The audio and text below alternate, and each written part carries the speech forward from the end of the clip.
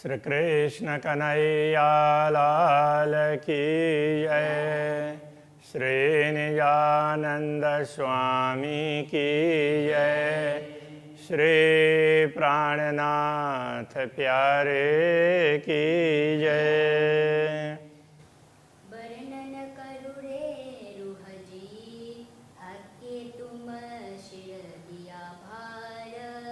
अरस किया अपने दिल को, माहे बैठाओ कर श्रृंगार। माहे बैठाओ कर श्रृंगार। श्री कृष्ण कन्हैया लाल की जय। श्रृंगार ग्रंथ आरंभ होता है। इससे पूर्व सागर ग्रंथ था और उससे पूर्व परिक्रमा। तो ये सारे ग्रंथ एक दूसरे से जुड़े हुए हैं। परिक्रमा से बात करते हैं तो परिक्रमा में परमधाम का वर्णन किया। एक प्रकार से कहें कि भौगोलिक वर्णन। उसमें फिर अक्षरातीत की अलग अलग प्रकार की लीलाएं, तो उनका वर्णन हुआ। तो उसके बाद में सागर ग्रंथ, तो सागर में ये समझाया कि पूर्ण ब्रह्म परमात्मा का धाम परम धाम, इसका भी कोई पारावार नहीं है और वहाँ के दृश्य उनका भी पारावार नहीं है और अक्षरातीत धामधनी की शोभा है, उसका कोई पारावार नहीं है। सागर कहने से तो ये है जिसका कोई पारावार ही नहीं है और उनको मूल रूप से मूल मिलाव के साथ में जोड़ा कि सारी चीज़ें तो मूल मिलाव में अक्षरातीत धामधनी विराजमान है। राज्य और श्यामा जी ब्रह्मात्माएं, उसी में सब कुछ है। ऐसा करके उन्हीं से ही तो सब है। आखिर धाम परम धाम जो भी है उनसे ही है, इसलिए सारे सागर मूल मिलाव में ही हैं। इस प्रकार से तो उनका अलग अलग रूप में भी समझा दिया और वहीं बैठे बैठे वहीं हैं ऐसा करके भी समझा दिया। और उनका अनुभव करवाने के लिए तो फिर ये ज्ञान की बात कही और प्रेम की बात कही, प्रेम कैसा होता है। फिर संबंध की बात बताई निस्वत, और उसके बाद में कृपा की बात बताई। अब श्रृंगार ये कहना चाह रहे हैं कि श्रृंगार में वैसे तो इसमें बहुत बातें हैं ज्ञान की और सारी रीत भात बहुत कुछ समझाया, बहुत बड़ा ग्रंथ है, किंतु मूल रूप से ये कहना चाह रहे हैं कि ये सारी शोभा पूर्ण ब्रह्म परमात्मा की ही है। तो उनका ही ये सारा श्रृंगार है जो कुछ भी अनुभव कर सकते हैं अखंड का। और ये नश्वर जगत है, ये केवल कल्पना है। इस बात को समझाना चाह रहे हैं। तो अब ये मंगलाचरण आरंभ में ही है। वर्णन करु रे रूह जी, कहते हैं कि हे आत्मा तुम इसका वर्णन करो। वर्णन करो रे रूह जी। तो आत्मा के लिए कह रहे हैं, हे आत्मा तुम वर्णन करो। हके तुम सिर दिया भार, पूर्ण ब्रह्म परमात्मा ने ये दायित्व तुम्हें दिया है। अरस किया अपने दिल को, माए बैठाओ कर श्रृंगार। तो तुम्हारे दिल को तुम्हें नश्वर शरीर दिया और उसके दिल को परमधाम बना दिया। उसमें स्वयं पूर्ण ब्रह्म परमात्मा विराजमान हो गए। इसलिए अब माए बैठाओ कर श्रृंगार, उनको पूरी उनकी शोभा के साथ में उनको अपने दिल में बैठाओ और फिर उनके श्रृंगार का वर्णन करो, उनके स्वरूप का वर्णन करो। तो ये सब पूर्ण ब्रह्म परमात्मा ने तुझे दायित्व दिया है, तुझ पर कृपा की है। आत्मा के लिए कह रहे हैं, अपने आत्मा के लिए। रूह चाहे वर्णन करूं, आत्मा तो चाहती है कि वर्णन करें अखंड स्वरूप की, अखंड स्वरूप का, और इस दुनिया में वर्णन करें, इस माया में। सुपन में सतस्वरूप की किन कई न हक सूरत। किंतु आज तक का इतिहास ऐसा रहा है कि इस स्वप्नबद्ध जगत में किसी ने भी पूर्ण ब्रह्म परमात्मा के स्वरूप की बात नहीं कही है। तो स्वरूप की बात करेंगे तो फिर श्रृंगार की बात आएगी, तो ऐसा कभी हुआ नहीं है। रात दिन बसे हक अरस में, मेरा दिल किया अरस सोए। रात दिन कहने का तात्पर्य सदा सर्वदा। वैसे तो पूर्ण ब्रह्म परमात्मा दिव्य धाम में ही रहते हैं, फिर भी उन्होंने मुझे ये दायित्व सौंपा, तो मेरे दिल में बैठ कर के उन्होंने इस दिल को भी धाम बनाया है। और परम धाम को छोड़ कर के बैठे ऐसा नहीं है। जैसे श्री कृष्ण अवतार में भगवान विष्णु वैकुंठ छोड़ करके मृत्यु लोक में आए थे, तो ऐसे पूर्ण ब्रह्म परमात्मा परम धाम छोड़ करके आते हों ऐसा नहीं है। तो परम धाम के समय के हिसाब से दुनिया में तो लाखों करोड़ों वर्ष बीतेंगे, उसके लिए तो वहाँ तो एक निमेष भी नहीं होता है। ब्रह्मा आत्मा के हृदय में वो ब्रह्मा आत्मा स्वयं को भूल जाती है, दुनिया को देख करके सब कुछ भूल जाती है। जैसे किसी ने किसी उसमें बड़े पर्दे पर कुछ दिखा दिया, कुछ दृश्य, तो उस समय वो किसी को इतना अच्छा लगा, अथवा तो जो भी हो इतना अच्छा लगा, तो उसमें वो कहाँ बैठे हैं, क्या कर रहे हैं, वो सब भूल जाएंगे। तो ऐसे अक्षरातीत पूर्ण ब्रह्म परमात्मा ने ये दुनिया दिखा दी, तो ब्रह्मा आत्मा सब कुछ भूल करके बैठी है। तो उसके उनके हृदय को भी, ब्रह्मात्मा के हृदय को उन्होंने धाम बना दिया। क्यों न होए मोहे बुझ रखी। हाँ, तो जब मुझे ये दायित्व दिया, सब वर्णन तुम्हें करना है, सदगुरु ने मुझे ये बताया था, तो मुझे ये सब समझदारी क्यों ना हो, तो ये वर्णन करने के लिए ऐसा हुआ न कोई होए। तो अभी तक किसी को ये दायित्व मिला परमात्मा की ओर से, और उसके द्वारा ये काम हुआ हो, ऐसा कोई व्यक्ति दुनिया में नहीं हुआ। कि न कायम द्वार न खोलिया अव्वल से आज दिन। अव्वल का तात्पर्य आरंभ, सृष्टि के आरंभ से लेकर के अभी तक किसी ने भी अखंड के द्वार खोल करके स्पष्ट ये अखंड धाम है ऐसा करके किसी ने नहीं बताया। सब ने अखंड है, ऐसा करके, वो दूर है ऐसा बता दे, जैसे सूर्य है, चंद्रमा है, ऐसा करके। कोई वहाँ जा करके देख करके बता दे ना कि ये चीज़ ऐसी है, तो ऐसा तो नहीं हुआ। इस प्रकार से तो वो बता रहे हैं कि दूर से तो ये है वो है ऐसा बता दें, लेकिन वहाँ जा कर के देखे तो अनुभव होगा ना, तो ऐसा नहीं है। तो ये शोभा मुझे दी है, मुझे दायित्व दिया है, ये बताना चाह रहे हैं। कि न कायम द्वारा न खोले अव्वल से आज दिन, जो कोई बोलिया सो फनामी ने। जो किसी ने यदि अखंड की बात बताई, वो भी नश्वर जगत में बताई, उसको देख करके नहीं। कि न पाया न बकावत, न अखंड को यथार्थ में किसी ने पाया नहीं, तो दूर से है ये बताया, किंतु उसको देख करके बताने वाले ऐसे कोई नहीं मिले। अर्श बका हक वर्णन सो बीच फना जिमी क्यों होए। इसलिए इस नश्वर जगत में अखंड का वर्णन नहीं हो पाया। अबल से आज दिन लगे, बका शब्द न बोलिया कोई। इसलिए सृष्टि के आरंभ से लेकर के अभी तक कोई भी अखंड की बात इतना स्पष्ट रूप से नहीं बता पाया। नश्वर और अखंड की तुलना करके बता रहे हैं, अंतर क्या है। ये चेतन कहावे झूठी जीमी, सो सब जड़ तो जान। इस नश्वर जगत में जो भी चेतन दिखाई देते हैं, ये यथार्थ में जड़ी हैं, इनको जड़ी समझ लो। जो थीर कहावे अर्श में, परमधाम में जो स्थिर है, दुनिया में जो चलायमान है वो भी जड़ कहलाएंगे। परमधाम में जो स्थिर है तो उनको भी चेतन समझना चाहिए। परमधाम में हर वस्तु चेतन है और दुनिया में कोई भी चेतन नहीं है।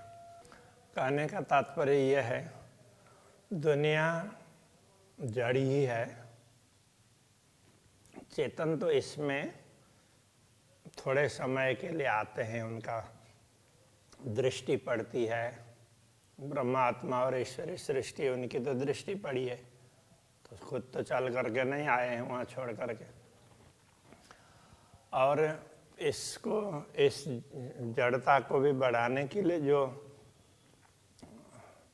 चेतनाएं आई है वो भी अस्थाई आई है, मूल रूप से तो आए नहीं। तो दुनिया तो ये सब जड़ी है, मूल रूप से इसमें कुछ भी चेतन नहीं है। वो अस्थाई, थोड़े उस क्षण के लिए जो भी जीव सृष्टि आती है तो इस प्रकार से आती है। ये झूठी रवे से और है, और अरस में और नामत। दुनिया की रीत भात इसलिए झूठे हिसाब से अलग प्रकार की है, और परमधाम की रीत भात अलग है। तो परमधाम को समझने के लिए पहले परमधाम की रीत भात को समझना होगा। एक या निमुना अरस जानने पर बने न तफावत। ये उदाहरण जो दे रहे हैं दुनिया का, परमधाम को समझाने के लिए बता रहे हैं। किंतु ये अंतर बताना, तफावत का तात्पर्य अंतर बताना भी ऐसे तो बनता नहीं है, क्योंकि ये तो कुछ है ही नहीं।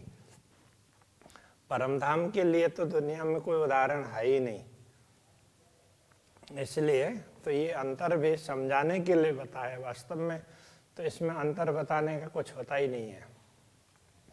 सतलोक मृतलोक दो कहे, और स्वर्ग कया अमृत। तो दुनिया में सत्यलोक, उसको तो अखंड मान दिया, और मृतलोक तो मृत्यु होता है इसलिए वो नाशवान मान लिया, और स्वर्ग कया अमृत, स्वर्ग को भी अमर मान दिया, क्योंकि स्वर्ग में भी कोई मरते नहीं है। जब सारा स्वर्ग ही नाश हो जाता है तो फिर कहाँ चले जाएंगे। तो वो क्या है कि मृत्यु लोक में जो रात दिन मरना जीना होता है, तो उससे स्वर्ग में फर्क है। उस बात को समझना जरूरी है, किंतु सामान्य लोगों को ये मालूम है स्वर्ग में मरते नहीं है, अमृत पिया तो अमर हो जाएंगे। इसलिए सुखदेव जी के सामने भी देवता लोग अमृत लेकर के आए थे। इसको तो राजा परीक्षित को तो मृत्यु का भय है, तो ये अमृत पिला दीजिए, तो उसको मृत्यु का भय नहीं रहेगा। और आप जो अमृत पिला रहे हैं वो हमें पिला दीजिए, वो बताने के लिए आए थे। जो नीके किताबें देखिए तो ये सब उड़े से असत। यदि इन्हीं दुनिया में जो प्रचलित धर्म ग्रंथ हैं, उन्हीं ग्रंथों को यदि भली भांति विचार करें, उसका तलस्पर्शी अध्ययन करेंगे, तो पता चलेगा कि ये जो जिसको सतलोक कह रहे हैं, जिसको अमर कह रहे हैं, स्वर्ग को और मृत्यु लोक, ये सारे के सारे नाश होने वाले हैं। इन्हीं ग्रंथों में बताया है।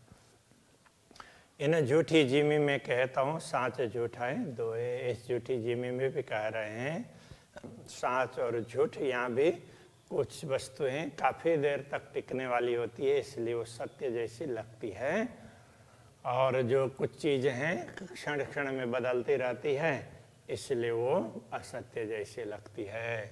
अब आगों अर्श के देखिए तब इनमें न साचा कोई।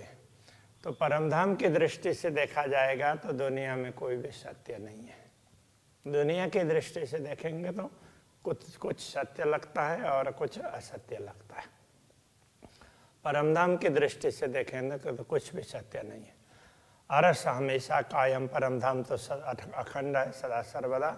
ये दुनी न तीनों काल, दुनिया का अस्तित्व तीनों काल में नहीं है। हुआ है ना हो ऐसी, तो क्यों दीजिए अरस मिसाल। तो न तो ये दुनिया, न तो इसका कोई उदाहरण दिया जा सकता है, ना हुआ है, ना हो ऐसी, न भविष्य में होगा। इसलिए परमधाम के साथ परमधाम का उदाहरण दुनिया में दिया ही नहीं जा सकता। तो अथवा तो परमधाम के लिए दुनिया का मिसाल का तात्पर्य उदाहरण दिया ही नहीं जा सकता। ये बारीक बातें अरस की इत दिल जुआ पहुँचे ना है। परमधाम की बहुत ही सूक्ष्म बातें हैं, गूढ़ बातें हैं, तो वहाँ तक ये दिल और वाणी नहीं पहुँचते, मन और वचन दोनों ही नहीं पहुँचते। ए हुक्म कहवे हक का इल्म हुक्म के माँ है। जो कुछ बताया जा रहा है ये पूर्ण ब्रह्म परमात्मा के आदेश से कहा जा रहा है, और ये ज्ञान है पूर्ण ब्रह्म परमात्मा के आदेश के अधीन है। सत सुख कई स्वरूप में कई आनंद आराम, तो परमधाम के स्वरूप में कई सत्य सुख है। इन सार में कई सत सुख, सो मैं निर्णय करो निर्धार बोलते हैं ना, तो इसमें कई सुख है। तो परमधाम के स्वरूप में कई आनंद आराम, अनेक आनंद, जितना समझ लो पारावारी नहीं है आनंद का, शांति का। कई खुशहाली खूबियाँ, कई खुशहाली खुशियाँ खूबियाँ, ऐसी विशेषताएं। अंग छूटे ना आठों याम, तो वो आनंद तो आठों याम तो दिल से छूटता ही नहीं है। अरस सबे है चेतन, परमधाम में सब कुछ चेतन है। हर चीज में सब गुण, प्रत्येक वस्तु में सब प्रकार के गुण मिलेंगे। सब न्यामतें एक चीज में, कमी न माए कि न, किसी एक में भी सब प्रकार के गुण मिलेंगे। इसलिए कमी न माए कि न, परमधाम में किसी प्रकार की कमी नहीं है। इन झूठी जीमी में वर्णन सत्य स्वरूप को कहो न जाए, तो सत्य स्वरूप का वर्णन दुनिया में हो नहीं सकता। जो कबू कानों ना सुनी, जो कभी कान से भी नहीं सुना है, सो क्यों जीव हृदय समाए, तो वो हृदय में वो बात जीव के हृदय में कैसे टिकेगी। जो कभी सुना ही नहीं सुना होगा तो उसको कैसे स्मरण कर पाएंगे। ये कहना चाह रहे हैं, दुनिया की रीत से तो ये नहीं हो सकता। इसलिए ये लीला जाने सृष्टि ब्रह्म की, परमधाम की लीला तो ब्रह्म सृष्टि ही जान सकती है।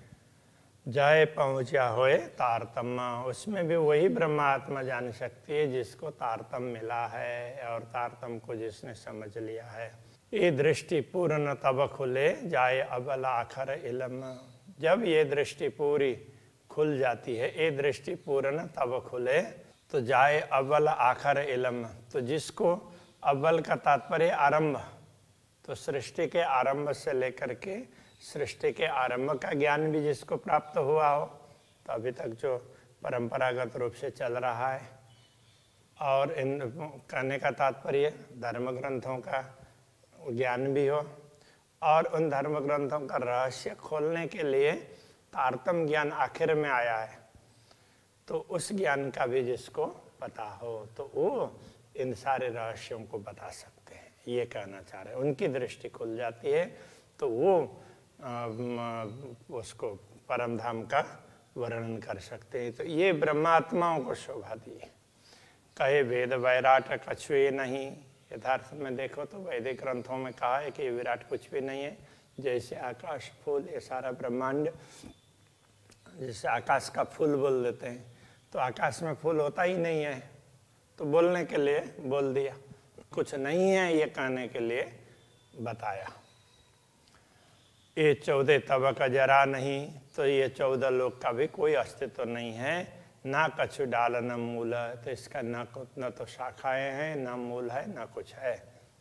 श्री कृष्ण कन्हैया लाल की जय।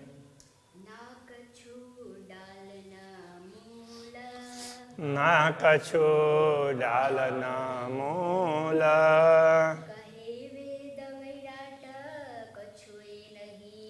कहे वेद बैराट कछुए नहीं। जैसे आकाश फूल, ए 14 तबक जरा नहीं। ना कछु डाल न मूल, ना कछु डाल न मूल। कृष्ण कन्हैया लाल की जय। सतगुरु महाराज